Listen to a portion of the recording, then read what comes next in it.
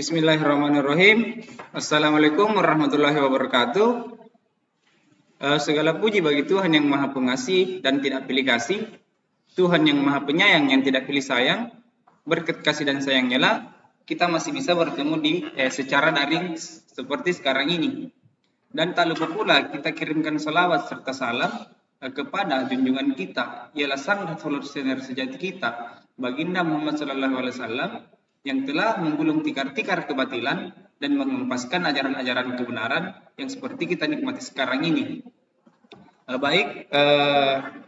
Perkenalkan, nama saya Muhammad Taufiluddin Fahmi, NPM 20-200-245, kelas TI 3B. Di sini saya akan menjelaskan materi sistem operasi komputer.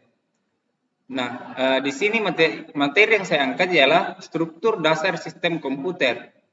Berbicara persoalan struktur komputer didefinisikan sebagai cara-cara dari tiap-tiap komponen yang menyusun komputer saling berkaitan. Komponen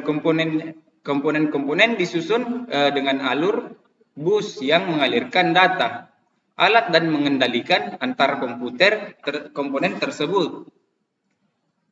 Sistem komputer terdiri dari 5 unit struktur dasar, yaitu yang pertama unit masukan atau input unit, yang kedua unit kontrol atau kontrol unit, yang ketiga unit logika dan aritmatika atau arithmetic and logic unit, yang keempat unit memory atau penyimpanan atau memory strong unit, yang kelima unit keluaran atau output unit. Nah, di sini kontrol unit dan ALU membentuk suatu unit tersendiri yang disebut Central Processing atau unit CPU. Nah, perbedaan BIOS dan UEFI. BIOS adalah singkatan dari Basic Input Output System. BIOS merupakan pemrograman low level software yang terinstall langsung di chip motherboard pada satu unit komputer, di mana dalam BIOS tersimpan konfigurasi keseluruhan hardware seperti konfigurasi drive, chipset, konfigurasi memori, grafik, card, dan lain-lain. Dan keseluruhan konfigurasi perangkat keras ini akan di-load oleh perangkat komputer sebelum menjalankan bootloader yang akhirnya melakukan booting sistem operasi. Adapun perkembangan BIOS ialah sejak era komputer telah ada, BIOS pun telah digunakan, bahkan unit komputer berbasis MS-DOS pun telah menggunakan BIOS sebagai pemrograman low level software pada tahun 1080. Tentu saja, seiring waktu berkembang dan fungsi BIOS semakin perbaharui. Pada tahun 2007, sejumlah pengembang perangkat komputer seperti Intel, AMD, Microsoft, dan pabrikan lain akhirnya menyetujui penggunaan Unified Extensible Firmware Interface atau yang kita kenal saat ini dengan istilah UEFI.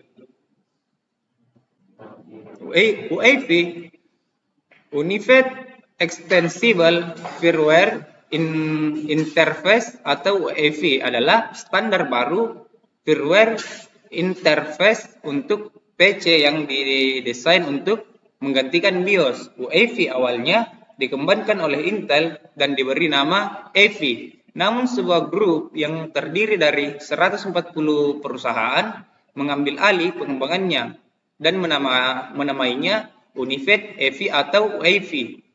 Seperti halnya BIOS, UEFI menghubungkan antara hardware, firmware, dan OS dalam sebuah komputer.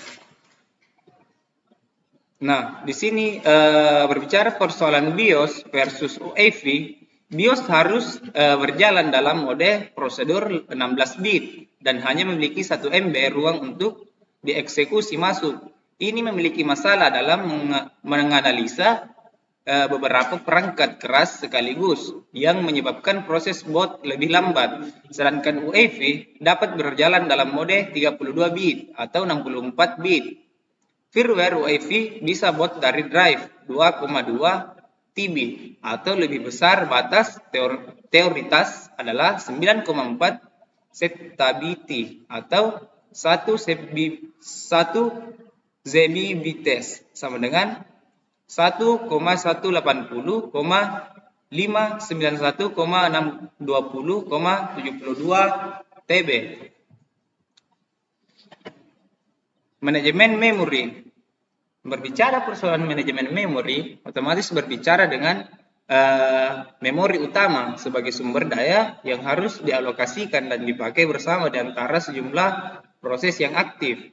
Manajemen memori juga berkaitan dengan usaha agar pemrogram atau pemproses tidak dibatasi oleh kapasitas memori fisik yang terdapat pada sistem komputer. Adapun fungsi manajemen memori ialah yang pertama mengelola informasi memori yang terpakai dan yang tidak terpakai. Yang kedua, mengalokasikan memori ke proses yang memerlukan. Yang ketiga, mendealokasikan memori dari proses telah selesai. Yang keempat, mengelola swapping antar memori utama dan disk. Manajemen proses. Berbicara persoalan manajemen proses didefinisikan sebagai proses. Terdapat beberapa definisi mengenai proses, antara lain: A. Merupakan konsep pokok dalam sistem operasi, sehingga masalah manajemen proses adalah masalah utama dalam perancangan sistem operasi. B. Proses adalah program yang sedang dieksekusi. C. Proses adalah unit kerja terkecil yang secara individu memiliki sumber daya dan dijadwalkan oleh sistem operasi. Adapun proses booting pada sistem operasi komputer ialah apa itu booting? Bagi orang awam, proses ini adalah proses penyalaan komputer, namun perlu diketahui pada saat booting komputer tentu saja sudah menyala. Booting mengacu kepada proses awal menyalakan komputer di mana semua register prosesor disetting kosong dan status mikroprosesor atau prosesor disetting reset. Sederhananya, proses booting komputer adalah proses perjalanan penyalaan komputer awal sampai pengambilan sistem operasi secara penuh terhadap perangkat. Adapun proses booting, dalam prosesnya booting pada umumnya akan melalui dua tahap, yaitu tahap yang pertama boot manager, yang kedua power on self test post. Berbicara persoalan boot manager adalah suatu aplikasi yang menjadi bawaan dari semua jenis Linux untuk mengatur proses booting agar dapat digunakan untuk multiple boot. Adapun jenis-jenis booting, cool booting merupakan proses penghidupan komputer pada saat perangkat komputer itu dalam keadaan mati atau belum menyala. Inilah booting utama yang dilakukan dengan cara menekan tombol power. Warm booting, proses boot yang terjadi ketika komputer diberikan arus listrik kembali, di mana arus listrik dimatikan hanya sejenak dengan tujuan untuk mengulang kembali proses komputer dari awal. Kebalikan dari cold boot. Soft boot, proses boot yang dikendalikan melalui sistem. Hard boot, proses boot yang terjadi dengan cara dipaksa kembalikan dari soft boot. Reboot ialah peristiwa mengulang kembali sistem dari awal. Reboot ini terjadi karena beberapa hal, diantaranya seperti sistem tidak bereaksi dan dalam beberapa lama terjadi perubahan setting dari sistem. Yang selanjutnya adalah thread. Berbicara persoalan thread merupakan unit dasar dari penggunaan CPU yang terdiri dari thread ID, program counter, register set, dan stack. Sebuah thread berbagi kode section dalam data section dan sumber daya sistem operasi dengan thread lain yang dimiliki oleh proses yang sama. Treat juga sering disebut lightweight process. Definisi treat secara informal, proses adalah program yang sedang dieksekusi. Ada dua jenis proses. Yang pertama, proses barat heavyweight atau biasa dikenal dengan proses tradisional, dan proses ringan atau kadang disebut treat. Treat saling berbagi bagian program, bagian data, dan sumber daya sistem operasi dengan treat lain mengacu pada proses yang sama. Treat terdiri atas ID treat, program counter, himpunan register, dan stack, sehingga dengan banyaknya kontrol treat, proses dapat melakukan lebih dari satu pekerjaan pada waktu yang sama. Yang selanjutnya adalah deadloop. Definisi deadloop ialah deadloop yang mungkin dapat terjadi pada suatu proses disebabkan proses itu menunggu suatu kejadian tertentu yang tidak akan pernah terjadi. Nah, dua atau lebih proses dikatakan berada dalam kondisi deadloop. Bila setiap proses yang ada menunggu suatu kejadian yang hanya dapat dilakukan oleh proses lain dalam himpunan tersebut. Selanjutnya, strategi menghadapi deadloop. Strategi untuk menghadapi deadloop dapat dibagi menjadi 3 pendekatan, yaitu pendekatan yang pertama mengabaikan adanya deadloop. Pendekatan kedua memastikan bahwa deadloop tidak akan pernah ada, baik dengan metode pencegahan dengan pencegahan 4 kondisi deadloop agar tidak akan pernah terjadi. Metode menghindari deadloop yaitu mengizinkan 4 kondisi deadloop tetapi menghentikan setiap proses yang memungkinkan mencapai deadloop. Yang poin yang ketiga ialah memberikan deadloop untuk terjadi pendekatan. Ini membutuhkan 2 metode yang saling mendukung, yaitu metode yang pertama pendeteksian deadloop, yaitu untuk mendeteksi ketika deadloop terjadi. Pendekatan yang kedua atau B, memulihkan deadloop, yaitu untuk mengembalikan kembali sumber daya dibutuhkan proses yang memintanya. Mencegah deadloop. Metode ini merupakan metode yang saling sering digunakan. Metode pencegahan dianggap sebagai solusi yang bersih dipandang dari sudut tercegahnya deadloop. Tetapi pencegahan akan mengakibatkan kinerja utilisasi sumber daya yang buruk.